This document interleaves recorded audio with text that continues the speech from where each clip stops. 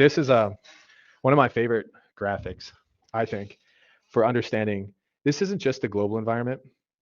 This is the organizational environment. And if you look on the outside in the blue and the general environment is the most out of our control. So let's see if I can do this for a second to try to use a different tool. Okay, share, blank screen. Yay, look at that. We have this thing called the general environment, and then we have this thing called the task environment, and then we have this thing called, so this is the general environment, this is the task environment, and then this is the internal environment. In the general environment, the question is what belongs in this general environment?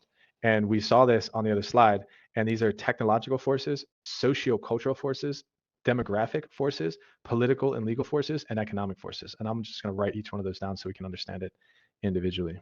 So we're talking about the organization environment, we're talking about the global environment. And in the general environment, there's these big factors, major factors that are impacting organizations. And one of which is the technological factor. And the question really is, okay, what is the technological factor and why is that impacting organizations? And does our organization have any control over these factors? And the answer is no. What's happening right now in the technological environment, within the general environment, within the global environment, remember there's systems here, that the technology is changing rapidly. Technology is progressing. Technology is making things easier, quicker, faster, and making things a lot more competitive.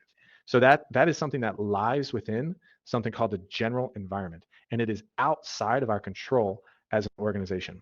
And then you have the political and socio-cultural forces, economic forces. Let me just write this down. Economic, political, socio-culture, and demographic. Let's start with demographic. We sort of talked about the demographic forces when we talked about diversity.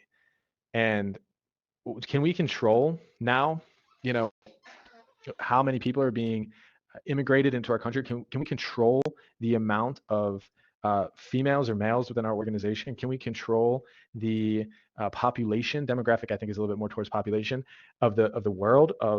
We can't control these things. So that's a part of the general environment.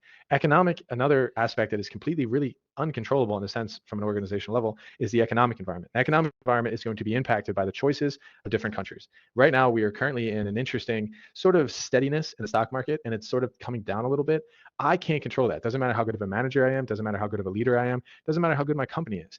It's still somewhat out of our control. Socio-cultural, and I'm spending a lot of time here because this is the way in which we must understand how our organizations fit into, because every company in the entire world experiences impacts based on what we're talking about.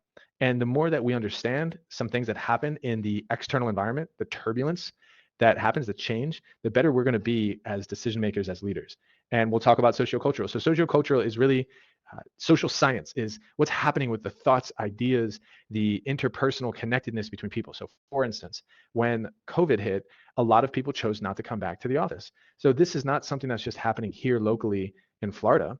This is happening all over the world. How is that changing the way businesses are managed? Or the better way to look at it is, could we even change that? Could we even affect these kinds of things? We can't.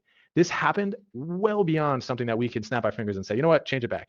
Organizations are trying to bring people back to the office. This is sort of a social-cultural dilemma, paradox. It's an interesting thing that's happening with our society. And then from that, there's a whole bunch of other managerial difficulties that we can either leverage as opportunities or we can just let go by. For instance, if you're a manager and you're deciding that you don't use Zoom or you don't use this kind of technology, unfortunately, you're not going to be as good of a manager and you're not going to be as good at managing your team. So you better start using it. So that's sort of a novel example to demonstrate these changes that are happening within our population, within our socio-cultural environment that are impacting organizations. So let's move to task, because that was a lot on general environment. But I love the general environment because this is where we're going to talk about opportunities and entrepreneurship today. This is where a lot of opportunities lie, in these unknown trends that are sort of happening in the still considered an external factor to an organization.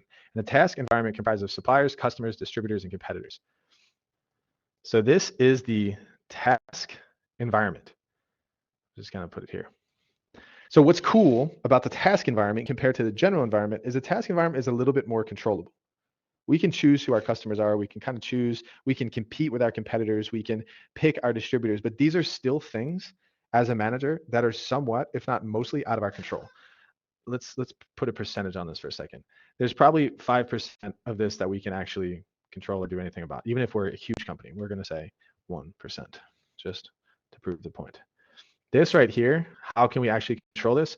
Maybe 29%. As we get here, how much of this can we actually control? More like 70%. So this is sort of the takeaway of this little talk here, is that the internal environment, which we'll talk about in a minute, managers can control that. But you can also control elements of the task environment. And what we do is respond to things that happened within the general environment. So our suppliers, our customers, our competitors, our distributors, we can choose to go into business with a product that caters specifically to high net worth males that like sports cars that are above the age of 60. And we can say we make at Ferrari, we make a product line catering towards that demographic. So we can sort of choose our customers.